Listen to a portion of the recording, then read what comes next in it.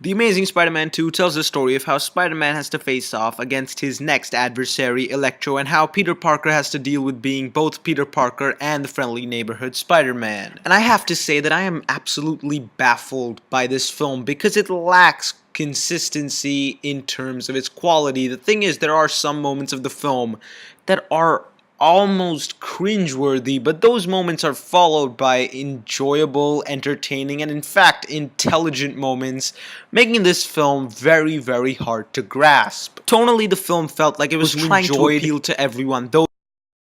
the kind of silliness and slight cheesiness of the Sam Raimi trilogy was those that enjoyed more of the realism of the original Amazing Spider-Man, and this film tries to blend both in order to appeal to both parties, but ultimately appeals to no one because the tones don't mesh well together at all. It's strange how a lot of naturalistic and almost realistic human moments are followed by extremely unnecessary and silly moments, making for a film that feels jarring at times. But I have to say that from a human and soulful perspective, the film really does a great job of going in depth, especially into Peter Parker and the various relationships that he has with Gwen Stacy, with his aunt, and even with Harry Osborn. You can see the repercussions of the promise that he made and ultimately broke, that he would stay away from Gwen Stacy, and how this promise has really affected him mentally and how he has to deal with the two personas that he possesses, one of Peter Parker and the other of Spider-Man, and how these two lives don't exactly mesh together well. His relationship with Gwen is further explored, and I personally believe that that is actually one of the highlights of this film because their chemistry works so well in the previous film,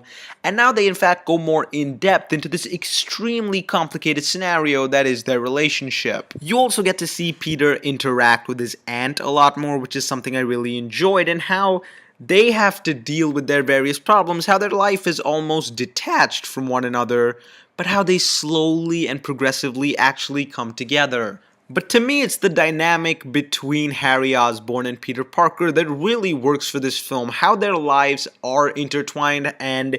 how they are both kind of listening and blindly following their father's words to a certain extent really makes for an interesting plotline. Furthermore, how they need each other is something that was so well executed and really made for definitely the most intelligently executed parts of the film. And a lot of this comes about because of the portrayal of the various characters, one of Peter Parker by Andrew Garfield, who has always been great, and he was great in this film,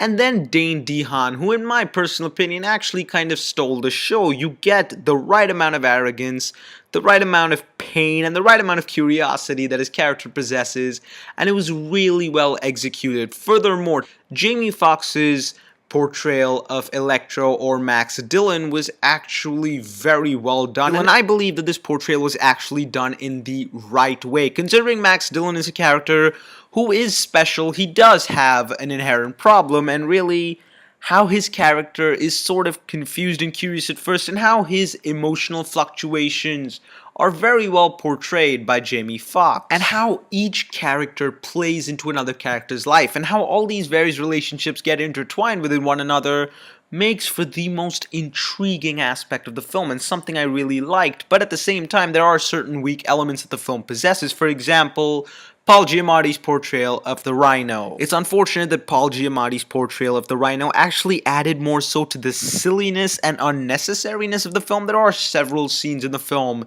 that really didn't need to exist. A lot of people have been calling the film oversaturated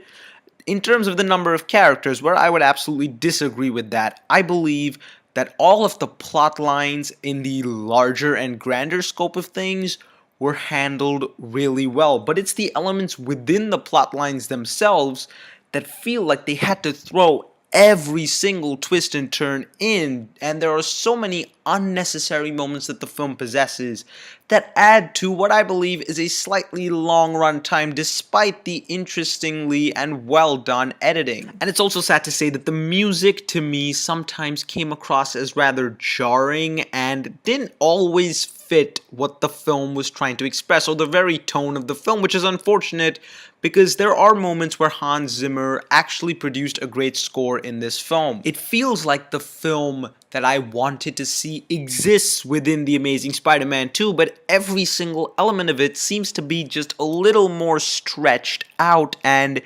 that stretch that makes it longer and adds in and peppers the unnecessary elements kind of lowers the overall quality of the film. The thing is, after a lot of the inconsistencies that the film possesses, including especially the first 5 to 10 minutes where I really was worried about the film, although it picks up later on, the thing to me is that the film managed to really pick itself up towards the end and really tell a larger and grander tale, which worked well for the film. It also really manages to delve into how Spider-Man is a symbol of hope and how he is necessary for the city's genuine existence and safety and to provide the citizens hope. And I really liked seeing that consequence of Spider-Man in fact existing. While I was certainly unsure about the film at several moments during its course, I have to say that by the end of it, the way it wrapped itself up, even though it does set up the sequel, in terms of the emotional arc of Peter Parker, one that I believe was extremely well executed in the first one, was once again extremely well executed in this film. The Amazing Spider-Man 2 is a good film, it's enjoyable, but I believe that there are a lot of moments in this film that really didn't need to exist, and had they been removed, would have definitely added to the overall quality, consistency, and tone of the film. Nonetheless, I'm going to give The Amazing Spider-Man 2 a yes.